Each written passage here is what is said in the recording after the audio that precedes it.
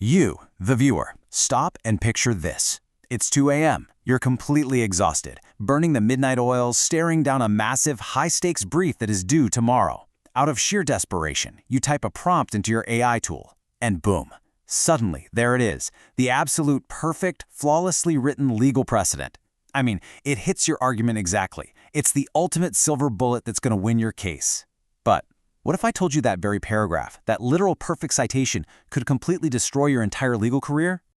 Look, I see you. If you're a junior associate or a grinding attorney watching this right now, you know the crushing, suffocating pressure of billable hours. You know those impossible deadlines all too well.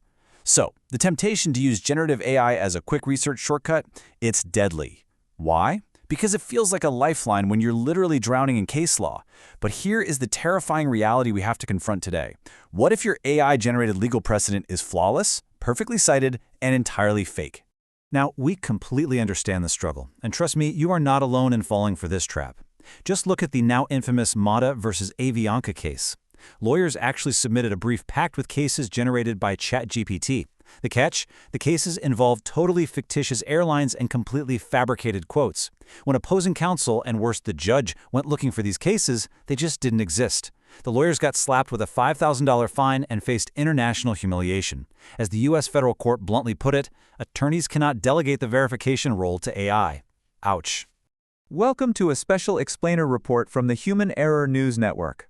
Make sure you hit subscribe for more survival guides on navigating the messy collision of technology and human failure. I'm your host, and today I'm bringing you insights from an exclusive interview with Stanford legal expert Professor Dan Ho and computer science researcher Mirek Suzgin. We really need to unpack the terrifying realities of AI in the courtroom. So here's our roadmap for today's explainer. We're looking at the perfect fake precedent, the anatomy of AI hallucinations, the junior associate's trap, EU versus US liability, the human verification checklist, and finally, the autonomous liability threat. Let's dive right in. Section 1. The anatomy of AI hallucinations, from truth engines to probabilistic guessers. So, Professor Dan Ho points out something really critical here. AI language models are not search engines pulling cold hard facts from a database. No, they are probabilistic guessers. They're basically just predicting the next word based on statistical patterns. You know, if you ask about a boy with a lightning scar, it predicts Harry Potter. It doesn't actually know the difference between fiction and a Supreme Court ruling. In their Stanford research, when Dan's team tested state-of-the-art general AI models against basic legal queries, the hallucination rate was a staggering 58 to 88%. Yes, you heard that right. More than half the time, the AI is literally just making things up. And honestly, this translates to absolute real-world chaos. Just look at the exponential rise on this chart. Researchers have already logged nearly 800 global incidents of AI hallucinations popping up in courtrooms across 25 different countries. It's basically a slow-motion train wreck happening across the entire global justice system. Researcher Mirek Suzgin breaks down exactly why this happens. He calls it model sycophancy. Basically, the AI completely lacks the humility to just say, I don't know. It just wants to please you, the user. In one pretty wild study, Mirek's team asked an AI for rulings by a totally fictional judge they made up, named Luther A. Wilgarten. And instead of correcting them and saying the judge didn't exist, the AI eagerly hallucinated entire fake case histories supposedly authored by him. Unbelievable, right? But here is where the stakes change dramatically. Dan Ho warns that even if you use premium, paid legal tools, you can still fall into what he calls the Westlaw trap. They found that some specialized legal AIs actively delete red flag citations from overruled cases during their final pass. Basically, the system invisibly strips out the warning signs, leaving you totally blind to the fact that you're staking your client's entire future on dead law. Talk about a nightmare scenario. Moving on to Section 2.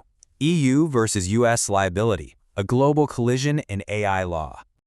Mirek highlights that the contrast globally is just stark.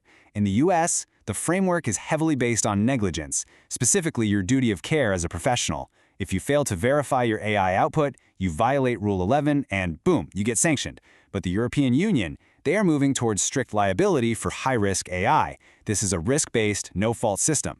Meaning, if your AI causes damage, you are strictly liable, period. No negligence required. It is a completely different legal battlefield over there. Which brings us to a massive, glaring blind spot. Let me ask you right now, directly, does your firm have a shadow AI policy? Seriously, before you watch another minute of this explainer, you need to investigate the informal, undocumented ways your colleagues are using AI right now. If a paralegal or an associate is just dumping confidential client data into a public chatbot to, say, summarize a contract, you aren't just risking hallucinations, you are actively breaching client confidentiality under ABA Model Rule 1.6. You need to lock this down yesterday. Section 3. The Human Verification Checklist. Outsmarting the algorithm. Dan Ho makes it crystal clear. Any new tool leniency from judges is officially dead. You simply cannot plead ignorance anymore. Institutional verification is now the absolute bare minimum standard. So let's solve this together. Step 1, you must inventory every single AI tool being used in your organization. Step 2, manually verify every single output. And step 3, establish a strict chain of human oversight so that a licensed attorney is always the final gatekeeper.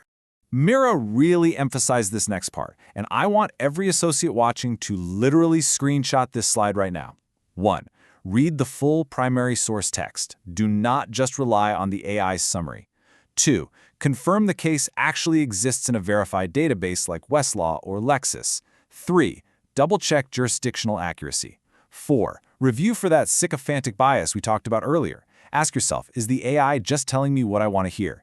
And 5, validate everything against Model Rule 3.3, which is your fundamental duty of candor to the tribunal.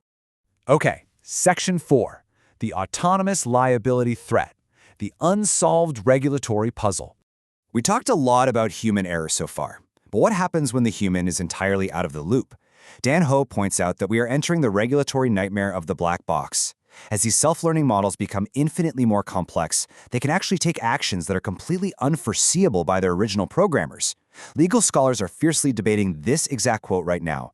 If the AI system acts without the action being foreseeable, the actions of a learning AI system could be viewed as a superseding cause, meaning it completely breaks the chain of traditional human liability. It's wild. Which leaves us staring straight into the abyss of our legal future.